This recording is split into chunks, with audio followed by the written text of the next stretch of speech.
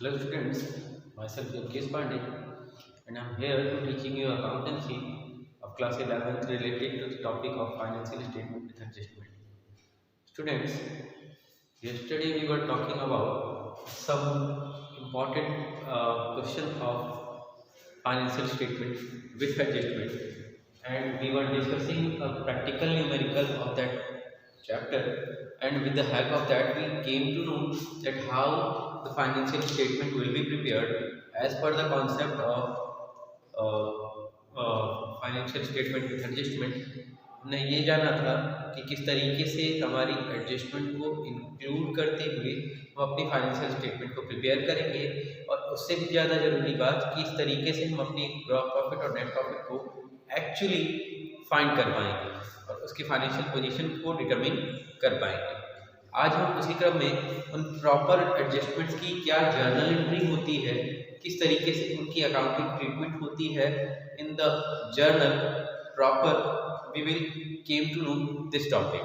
यानी कि आज हम ये जानेंगे कि हम जो मेजर एडजस्टमेंट्स की बात की थी हमने, उन मेजर एडजस्टमेंट की अगर क्वेश्चन में हमारे पास जर्नल एंट्री आ जाती है, that may be possible to came in your exam, क्योंकि हमारा ऑब्जेक्टिव एग्जाम होने वाला है, ऑब्जेक्टिव का कंट्रीब्यूशन अधिक हो सकता है। तो ऐसी कंडीशन में हम ऐसे क्वेश्चंस को जो शॉर्ट कॉन्सेप्चुअल होंगे उनकी बात करेंगे और साथ में कोशिश करेंगे कि उसको किस तरीके से सॉल्व आउट किया जाए, किस तरीके से उसको समझा जाए। तो आइए समझते हैं कि बेसिकली जो इम्पोर्टेंट एडजस्टमेंट की बात हम लोगों ने की थी, उनकी अकाउंटिंग ट्रीटमेंट करते समय अगर उनकी जर्नल एंट्री पूछ देता है तो ये जर्नल एंट्री कैसे है।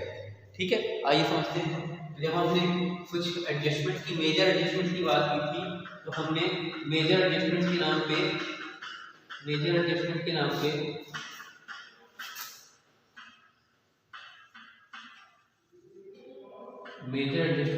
पे हमने ये समझा था कि जो मेजर एडजस्टमेंट है उनमें आउटस्टैंडिंग, उनमें प्रीपेड, उसके अलावा एक्रूड, अनएक्रूड और डेप्रिसिएशन ज़्यादा कॉमन थे, है ना।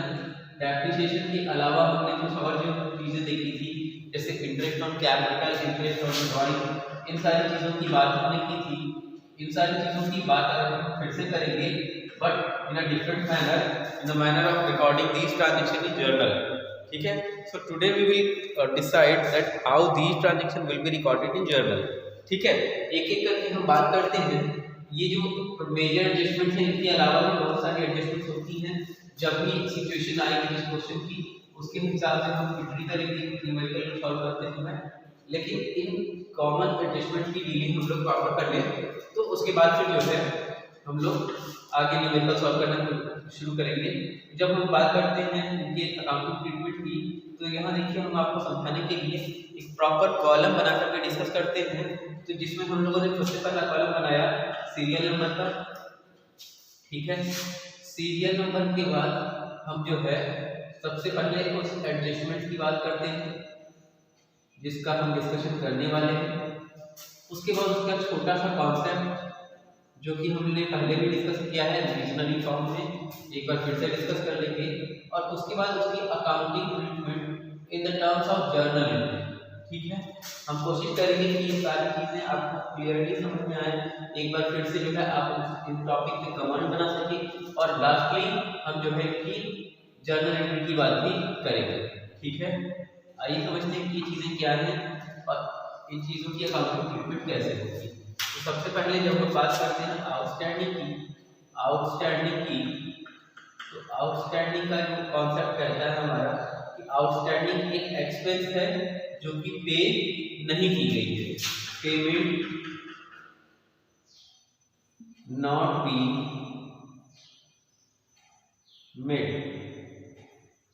ठीक है, पेमेंट नहीं हुई है अगर, तो ऐसी कंडीशन में हम क्या करते हैं, इसकी जर्नल एंट्री, अगर हमारा फाइनेंशियल ईयर पूरा हो गया है और उस टाइम पीरियड की जर्नल एंट्री नहीं हुई है, तो ऐसी कंडीशन में हम क्या करेंगे, ऐसी कंडीशन में हम उसकी जर्नल एंट्री करेंगे, क्योंकि ये आउटस्टैंडिंग क्या है, एज पर द नेचर ये आउटस्टैंडिंग एक्सपेंस है।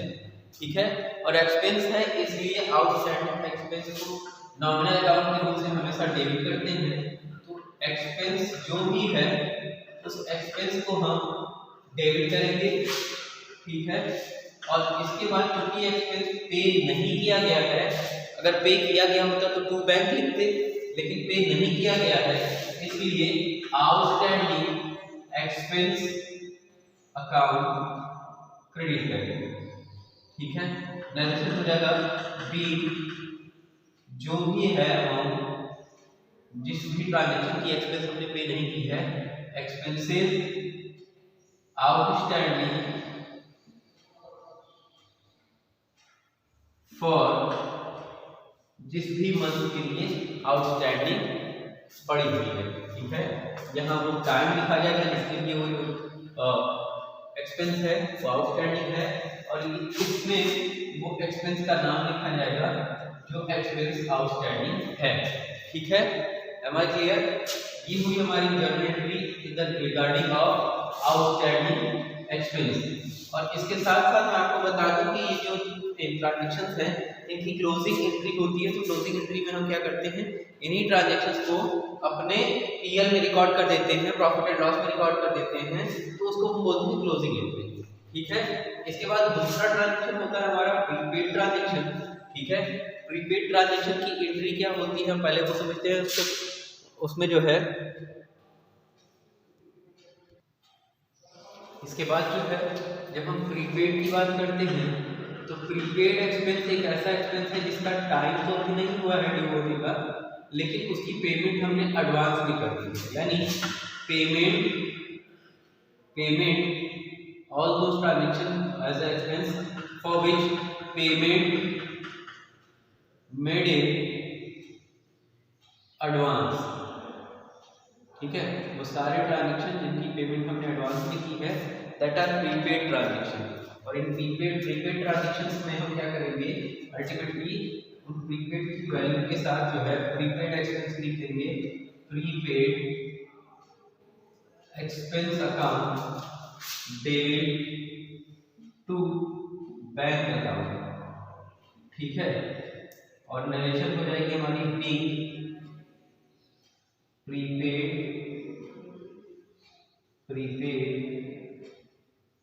एक्सपेंस मेड, ठीक है। यहाँ पे उस एक्सपेंस का नाम दिया जाएगा जिस एक्सपेंस के लिए हम एडवांस पेमेंट कर रहे हैं, ठीक है। और उस एक्सपेंस के नाम को जो है हम आइडेंटिफाई करेंगे, ठीक है। ये हुई हमारी दूसरी ट्रीटमेंट, ठीक है। इसके बाद हम तीसरी ट्रीटमेंट की बात करते हैं एक्रूड के रिगार्डिंग, ठीक है। तो चूंकि एक्रूड हमारी इनकम है और वो इनकम जिसके लिए हमने सर्विस रेंडर कर दी है लेकिन उसके लिए पैसा अभी तक नहीं मिला है, ठीक है। इसको बोलते हैं income earn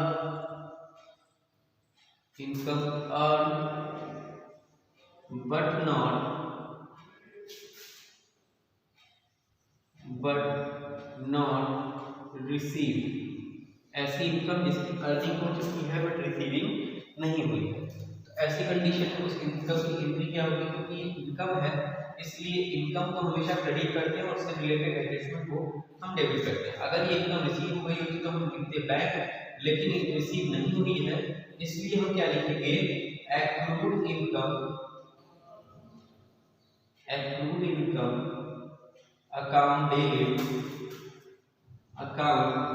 debit to income account.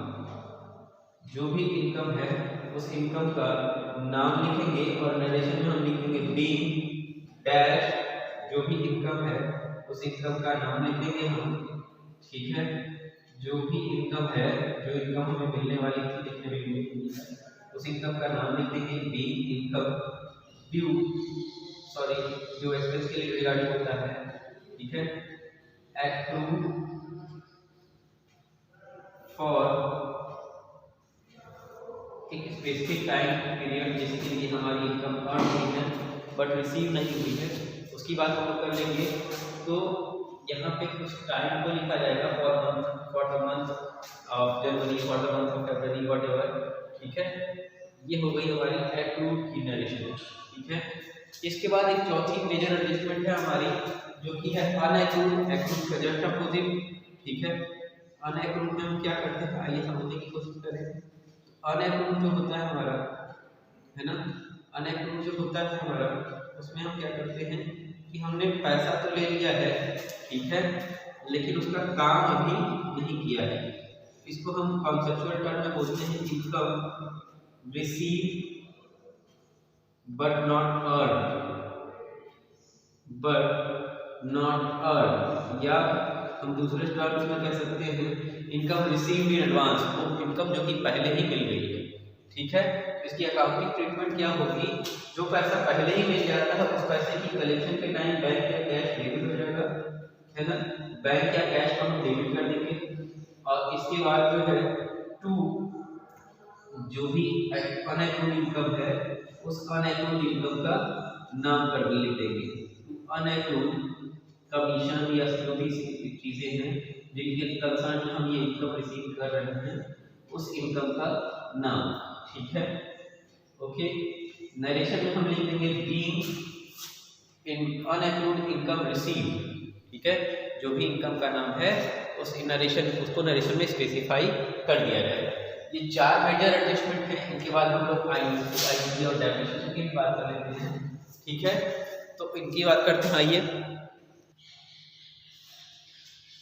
इसके बाद हम डेप्रिसिएशन की बात करते हैं। सीरियल नंबर 5 पे डेप्रिसिएशन क्या होता है, उसकी कॉन्सेप्ट क्या होते हैं, और उसके बाद उसकी accounting treatment in the terms of journal entry वो क्या होगी, ठीक है। आइए बात करते हैं कि डेप्रिसिएशन दैट मींस रिडक्शन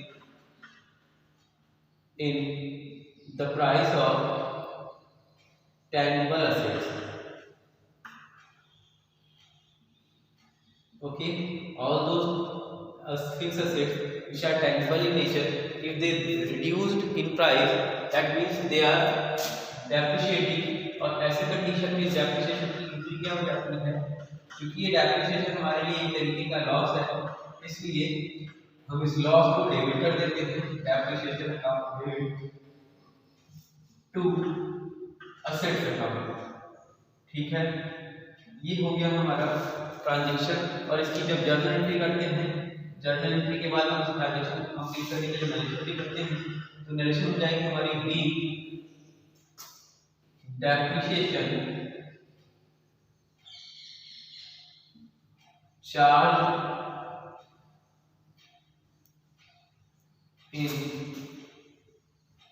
जो भी असेट्स उस असेट का नाम लिखेंगे, ठीक है।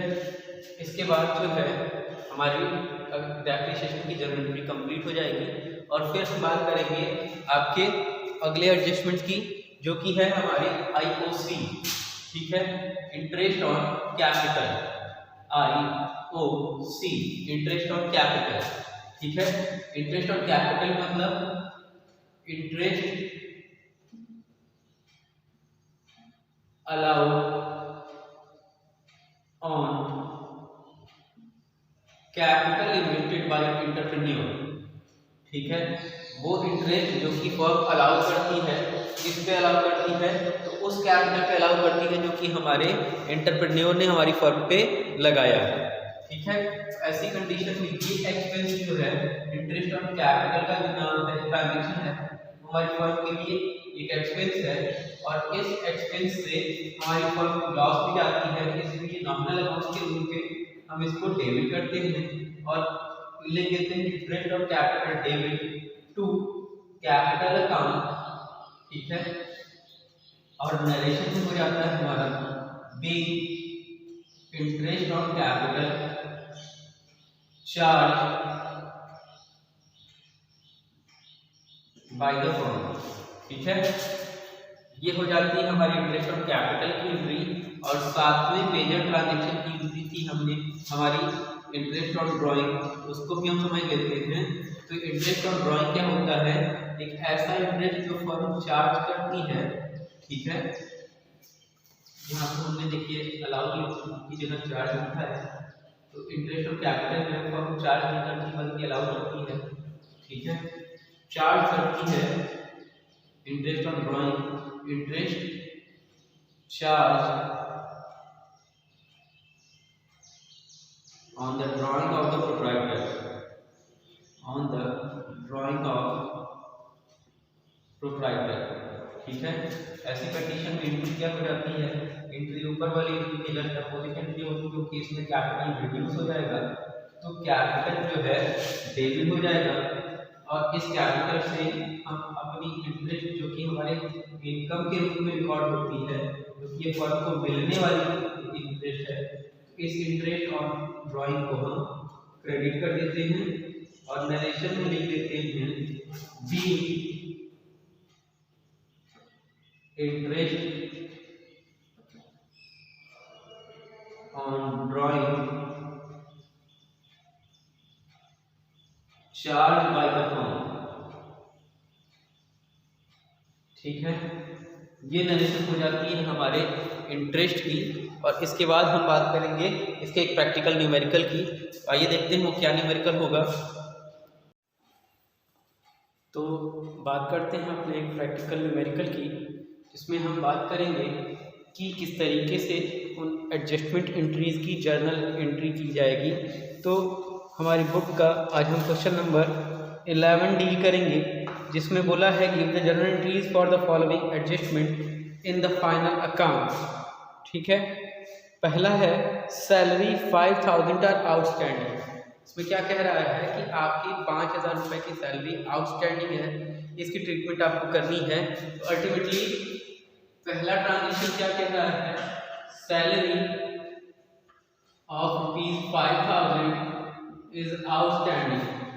ठीक है, अगर आपकी सैलरी 5000 रुपये आउटस्टैंडिंग है तो उसकी अकाउंटिंग ट्रीटमेंट या उसकी जर्नल एंट्री क्या होगी।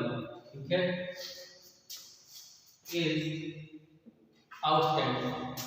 ठीक है, ऐसे में इसकी जर्नल एंट्री हमने अभी जब फॉर्मेट बनवाया उसके हिसाब से, चूंकि ये एक्सपेंस है और हम जानते हैं कि हर एक्सपेंस को उसके अकरेंस के साथ ही डेबिट किया जाता है, तो सैलरी अकाउंट डेबिट हो जाएगा। और इसके बाद चूंकि ये पेमेंट की नहीं जा रही है, इसलिए बैंक की जगह आउटस्टैंडिंग एक्सपेंस जो है यानी आउटस्टैंडिंग सैलरी जो है डेबिट हो जाएगा। और नरेशन में हम लिख देंगे बीइंग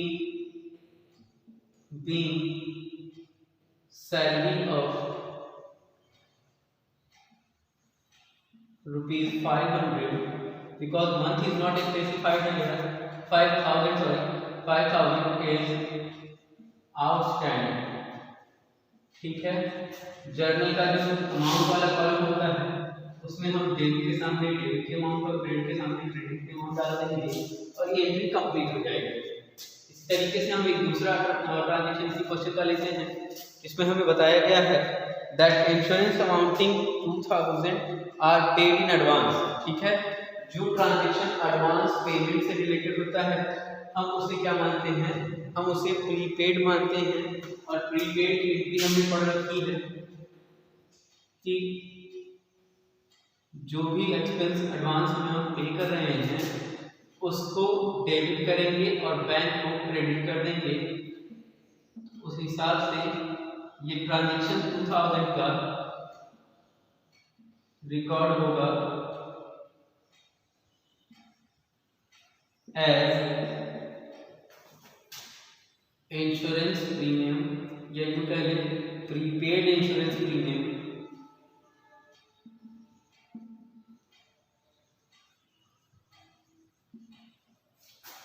ठीक है, prepaid insurance premium debit to bank account.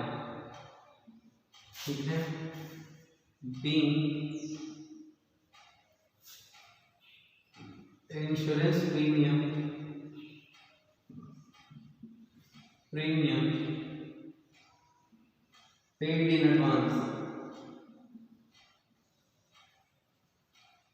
In advance, okay. इसके बाद हम तीसरी एंट्री करेंगे, तीसरे ट्रांजेक्शन की एंट्री करेंगे as given in the question, that is ₹4000 have for rent have been received in advance. वो पेमेंट जो एडवांस में रिसीव की जाती है उसे हम अनअक्रूड कहते हैं। इस हिसाब से यहाँ पे अनअक्रूड की एंट्री होगी। क्वेश्चन में क्या है, ₹4000 has been received in in advance for rent.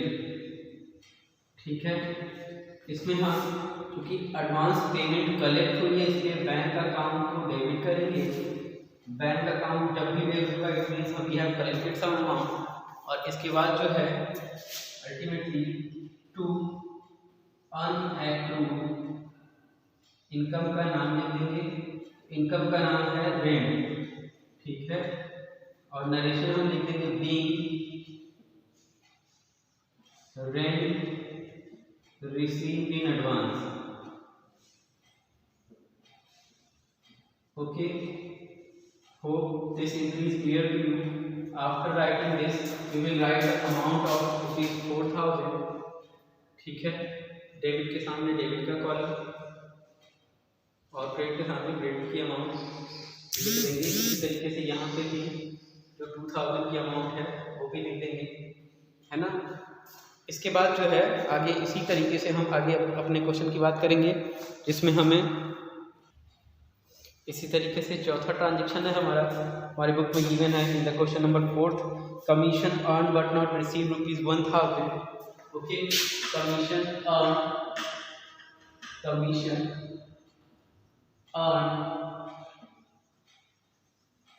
but not receive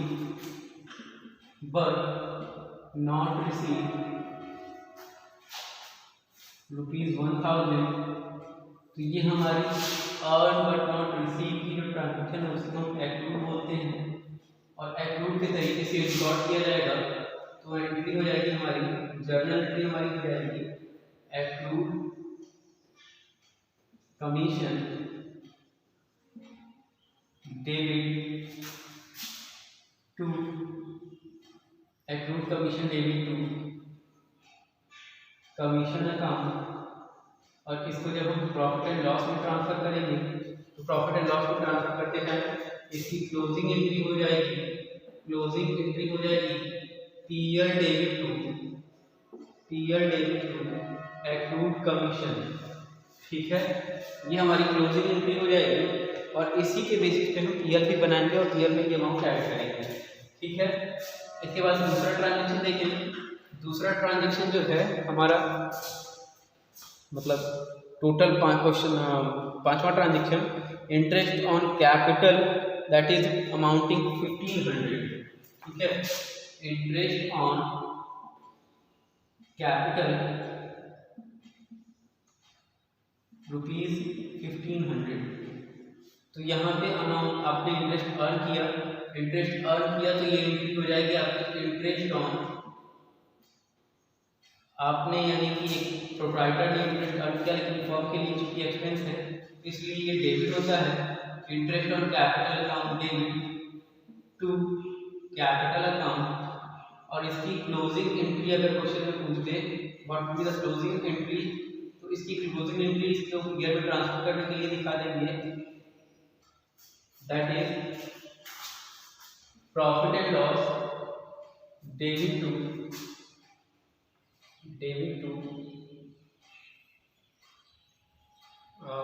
interest on capital.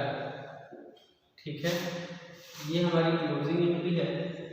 Closing entry का मतलब वो एंट्री जो पीएल में जाएगी। ठीक है, और हम यहाँ पे बात कर रहे हैं जर्नल एंट्रीज की।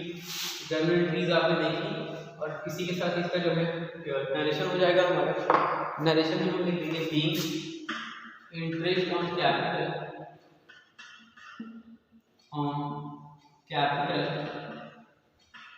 अलाउड। ठीक है, इसी के साथ जो है अगला ट्रांजेक्शन हो जाएगा हमारा छठा ट्रांजेक्शन हो जाएगा as per the question number 11। Question number 11 का छठा ट्रांजेक्शन है that is interest on drawing of ₹300। ठीक है, interest on drawing that is ₹300।